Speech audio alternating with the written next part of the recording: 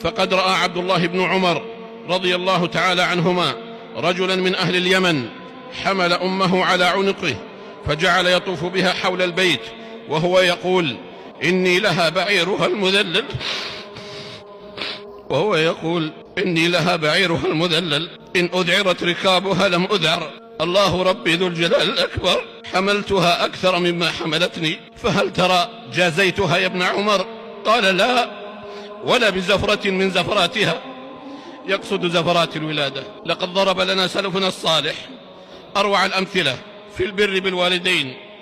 حتى إن أحدنا ليحقر بره أمام برهم، وإن من برهم بوالديهم ما جاء عن أسامة بن زيد، فقد كانت النخلة تبلغ بالمدينة 1000، فعمد أسامة بن زيد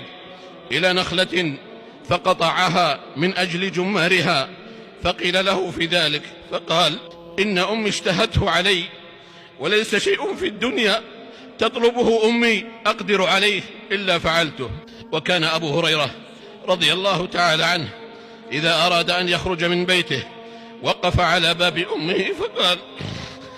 السلام عليك يا أمه ورحمة الله وبركاته،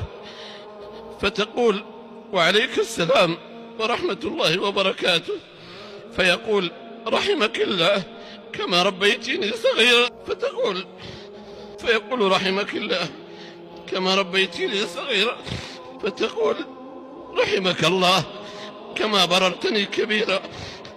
وقال سعيد بن سفيان الثوري: ما جفوت أبي قط، وإنه ليدعوني وأنا في الصلاة غير المكتوبة فأقطعها له.